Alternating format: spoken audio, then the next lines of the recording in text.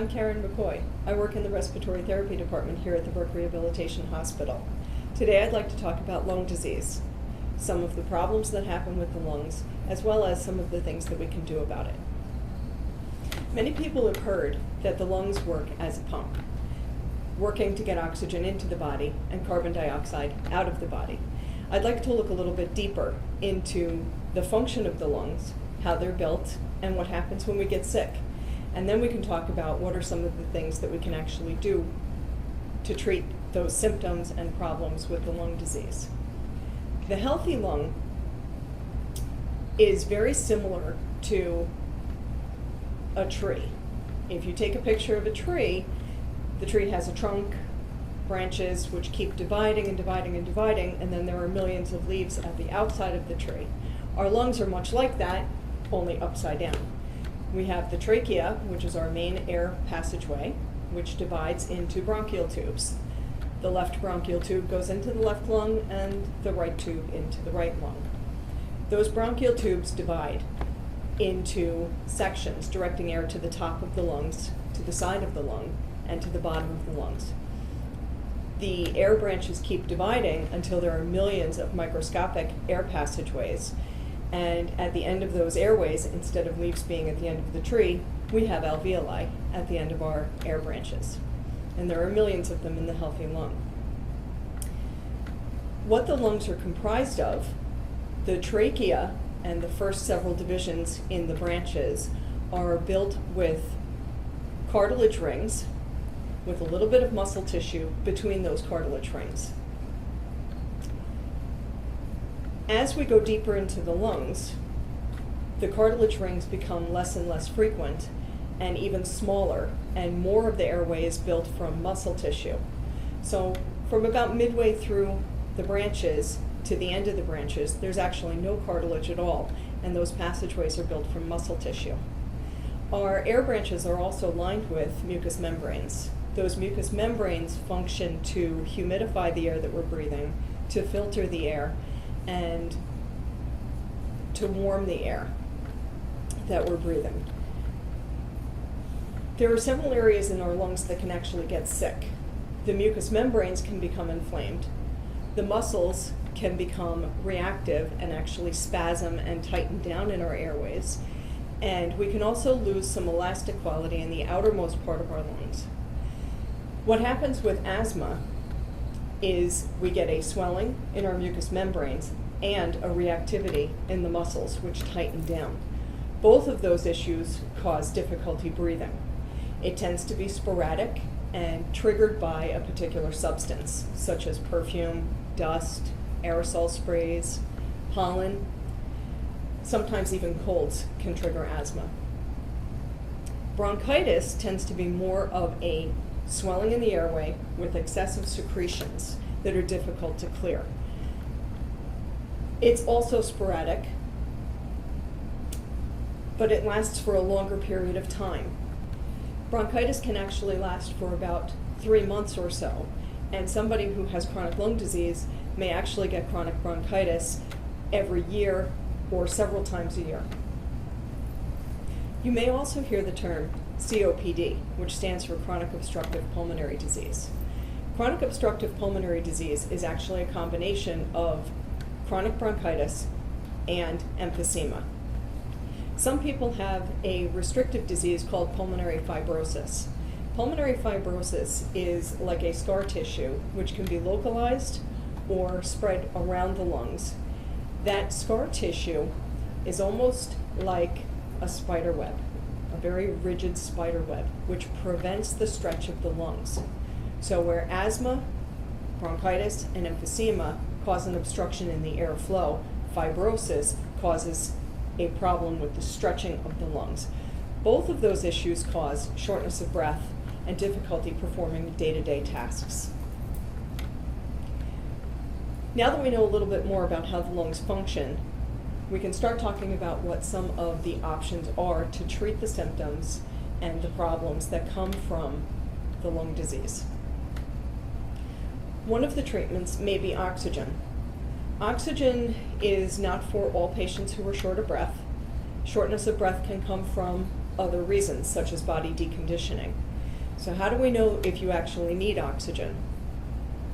Your doctor, your respiratory therapists, your nurses, your physical therapists, and occupational therapists may be checking your oxygen by an oximeter or a blood gas from time to time.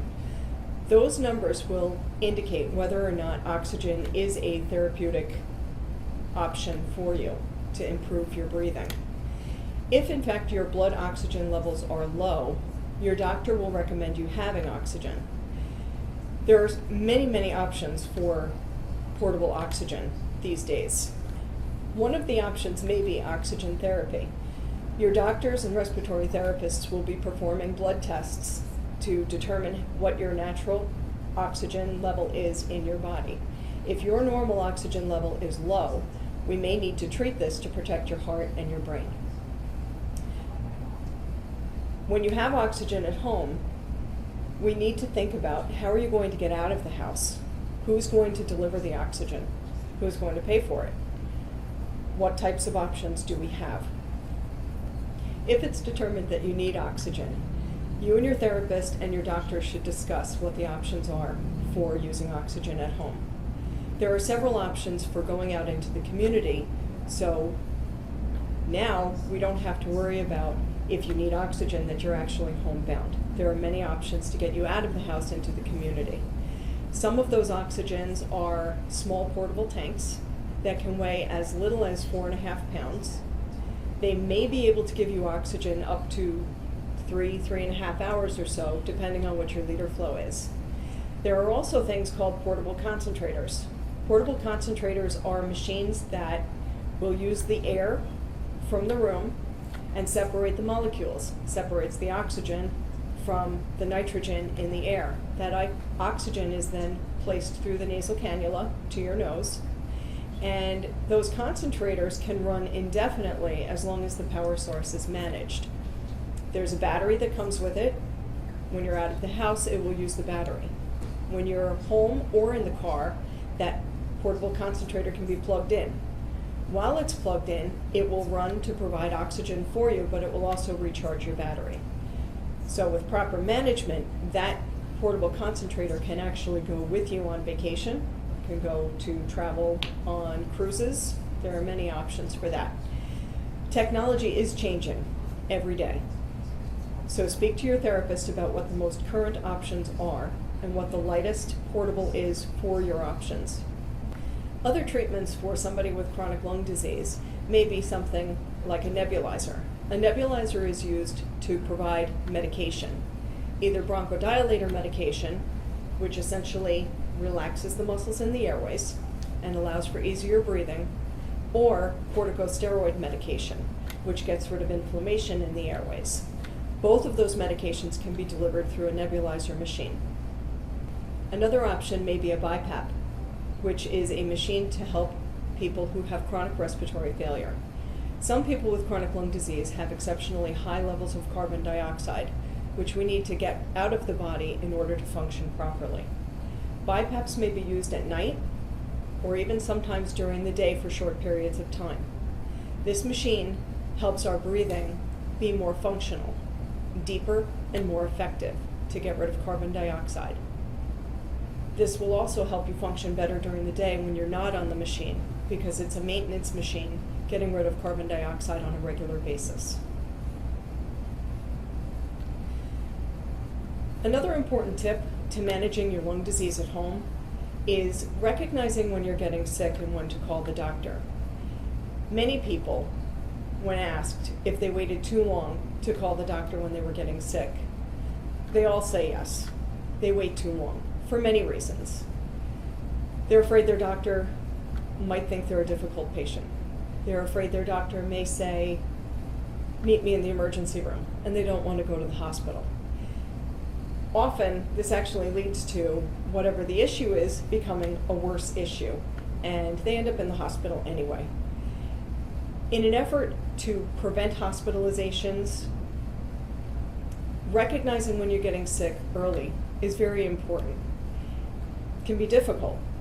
Some people look at illness as an extreme fever or chills or the inability to get out of bed or extreme difficulty in breathing. There may be much more subtle changes that are really important to recognize in yourself.